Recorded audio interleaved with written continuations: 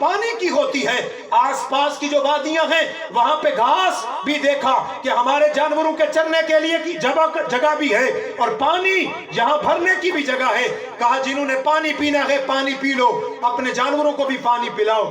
اور یہاں تک کہ وہ جو 4000 کے قریب علماء ہیں، ان میں سے 3-4 علماء اپنی کتابوں میں پڑھتے آ رہے تھے، وہ قسمت ان کو کہاں سے لے کر اس جگہ پہ لے کے آتی ہے۔ اور جو 2 بستی کے آدمی آئے پانی بھرنے کے لیے، ان سے کہتے ہیں بھائی تم یہاں سے جا رہے ہو، ذرا اس بستی کا نام تو بتا دو، اس جگہ کا نام تو بتا دو۔ انہوں نے کہا سننے والے ذرا سن، اس بستی کا نام، اس چشمے کا نام یثرب ہے۔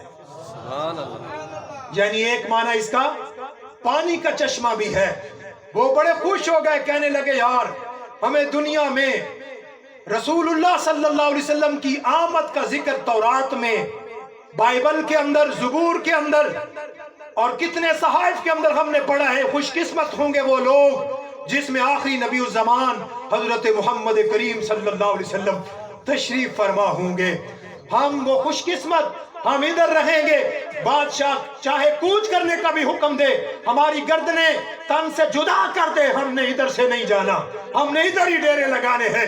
محبوب کریم علیہ السلام کے مدینہ مکہ کی سرزمین پر آپ پیدا ہوں گے، وہاں سے ہجرت کر کے مدینہ طیبہ میں تشریف فرما ہوں گے۔ جب دوسرا دن ہوا، بادشاہ نے کہا کہ سارے لشکر والے اپنی اپنی سواریوں پہ سامان رخت سفر باندھا جائے، چلنے کے لیے ہم نے ارادہ کر لیا، چلتے ہیں۔ وہ چلنے لگے، مگر 4000 جو علماء تھے انہوں نے کہا ہم نے تو نہیں جانا، ہم نے تو نہیں جانا، احتجاج کر کے بیٹھ گئے کہ ہم نہیں جانے والے۔ بادشاہ نے وزیر کو بلایا، ان کے بغیر تو ہمارا کوئی کام بھی نہیں، یہ ہمیں اچھے مشورے دیتے ہیں اور بڑے بڑے علماء ہیں، لہٰذا ان کو ساتھ ضرور لے کے چلنا ہے، یہ کیوں یہاں پہ ٹھہرنا چاہتے ہیں، ان سے وجہ پوچھیں۔ اور وہ وزیر جب آ کے بات کرتا ہے، کہتے ہیں کہ ہم آپ کو راز میں بتاتے ہیں، جس کعبۃ اللہ کو گرانے کا اس نے پروگرام بنایا تھا، اللہ کی ذات نے جو عزت عطا فرمائی ہے محمد کریم کے صدقے عطا فرمائی ہے۔ وہ محمد کریم صلی اللہ علیہ وسلم مکہ میں پیدا ہوں گے اور ادھر آپ ہجرت کر کے آئیں گے، وہ وہی جگہ ہے جو ہم اپنی کتابوں میں پڑھتے آئے ہیں۔ اور چونکہ یہود و نصارہ کے علماء بھی تھے اور ان کے ساتھ بہت اور بھی آدمی ان کے ساتھ تھے، تو پھر وہ کہنے لگا چلو اگر یہی بات ہے تو 1 سال تک میں بھی تمہارے ساتھ یہی ٹھہرتا ہوں۔ کون کہتا ہے؟ طب اول کہتا ہے، وہ بھی 1 سال تک ٹھہرتا ہے۔ 1 سال کے بعد وہ کہنے لگا چونکہ میں نے آگے جانا ہے، اور بڑے عالم دین جو 4000 میں سے سب سے بڑے عالم دین کو بلاتے ہیں اور کہتے ہیں کہ یہ خط ہے رسول اللہ صلی اللہ علیہ وسلم کی بارگاہ میں پہنچا دینا، اگر تمہاری نسلوں میں نہ آئے تو نسل در نسل یہ خط میرا چلتا رہے اور محبوب کریم علیہ السلام کی بارگاہ اقدس میں پہنچا دینا۔ ادھر پھر جو بادشاہ طب اول تھا، اس کے پاس چونکہ خواتین وہ باندیاں بھی تھی، ایک انٹرنیشنل لا ہے اسلام میں، جب بھی مسلمان کسی جگہ پہ لڑنے کے لیے جاتے ہیں تو ان کی خواتین جو مال غنیمت میں آتی ہیں انہیں اپنے پاس باندی کے طور پہ بھی رکھ سکتے ہیں۔ تو وہ 4000 باندیاں 4000 علماء کے ساتھ ان کے نکاح ہوئے ہیں، ان کی شادیاں ہوئی، 4000 طب اول نے گھر بنا دیے اور وہیں سے مدینہ طیبہ کی بستی شروع ہوئی ہے۔ 4000 کے قریب جو گھر علماء کو بنا کے دیے گئے، پھر طب اول تو چلا گیا، مگر وہ خط نسل در نسل چلتا رہا۔ ادھر میرے محبوب کریم علیہ السلام نے بھی اعلان کر دیا مکہ سے مدینہ کی جانب ہجرت کرنے کا۔ پھر وہ بڑے عالم دین نے جو خط آگے پہنچایا تھا، عبد الرحمن بن عوف نے سیکھا، باعتماد بندے کو بلایا جس کا نام ابو لیلہ ہے۔ ابو لیلہ ذرا ادھر آؤ، یہ خط تم نے محمد کریم صلی اللہ علیہ وسلم کی بارگاہ میں پیش کرنا ہے۔ وہ ابو لیلہ کہتا ہے میں نے جو خط لیا میں نے اپنے سینے کے ساتھ لگایا اور میں اپنی سواری پہ بیٹھا، میری سواری مدینہ مکہ کی جانب چلتی رہی اور محبوب کریم علیہ السلام حضرت ابوبکر صدیق کے ساتھ چونکہ مکہ سے مدینہ کی جانب ہجرت کر رہے ہیں۔ ابھی ابو لیلہ کہتا ہے میں نے دور سے رسول اللہ کی ذات کو دیکھا، میرے محبوب کریم علیہ السلام نے فرمایا انت ابو لیلا، غیب کی خبر دینے والے نبی میرے محبوب کریم علیہ السلام نے فرمایا انت ابو لیلا، تم ابو لیلا ہو اور تمہارے پاس طب اول کا خط بھی ہے، جلدی کرو خط وہ مجھے دے دو، جلدی کرو وہ خط مجھے دے دو۔ محبوب کریم علیہ السلام نے وہ خط لیا، حضرت ابوبکر صدیق کو دیا، خط پڑھا گیا۔ میرے محبوب کریم علیہ السلام مدینہ کی جانب چلتے رہے۔ جب مدینہ طیبہ کی بستی آئی، وہ بچیاں ترانے گا رہی تھی، طلع البدر علینا من ثنیات الوداع۔ محبوب کریم علیہ السلام کی آمد، مدینہ میں جتنے بھی احباب ہیں عرض کرتے ہیں یا رسول اللہ صلی اللہ علیہ وسلم، ہمارے گھر کے ویڑے بڑے وسیع ہیں، صحن بڑے وسیع ہیں، ہمارے گھر میں تشریف فرما ہو جائیں۔ تو میرے محبوب کریم علیہ السلام نے فرمایا یہ اونٹنی اللہ کے حکم کی پابند ہے، جس کے گھر کے سامنے جا کے بیٹھ جائے گی میں اسی گھر میں مہمان بن جاؤں گا۔ وہ اونٹنی حضرت ابو ایوب انصاری رضی اللہ تعالی عنہ کے گھر کے سامنے بیٹھی۔ محبوب کریم علیہ السلام کو جلدی جلدی لے کر اپنے گھر میں تشریف فرما ہو گئے۔ بھائیوں، 1000 سال پہلے آقا کریم علیہ السلام کی بعثت سے پہلے طب اول نے خط لکھا اور محبوب کریم علیہ السلام کی بارگاہ میں وہ خط پہنچ گیا ہے۔ ضرورت اس حوالے سے کہ محبوب کریم علیہ السلام کی آمد کے حوالے سے انبیاء کرام علیہ السلام نے اپنی کتابوں کے اندر تذکرے پڑھے ہیں اور وہ خواہش کرتے رہے، اور تم اور میں نے کوئی سوال نہیں کیا، کوئی عرضی نہیں کی۔ رب کی ذات نے آخری نبی الزمان حضرت محمد کریم صلی اللہ علیہ وسلم کی امت میں سے ہمیں پیدا فرمایا۔ دعا ہے اللہ رب العزت ہمیں صحیح معنوں میں آقا کریم علیہ السلام کی ذات والا صفات کے ساتھ والہانہ محبت کی توفیق عطا فرمائے۔ وآخر دعوانا ان الحمدللہ رب العالمین۔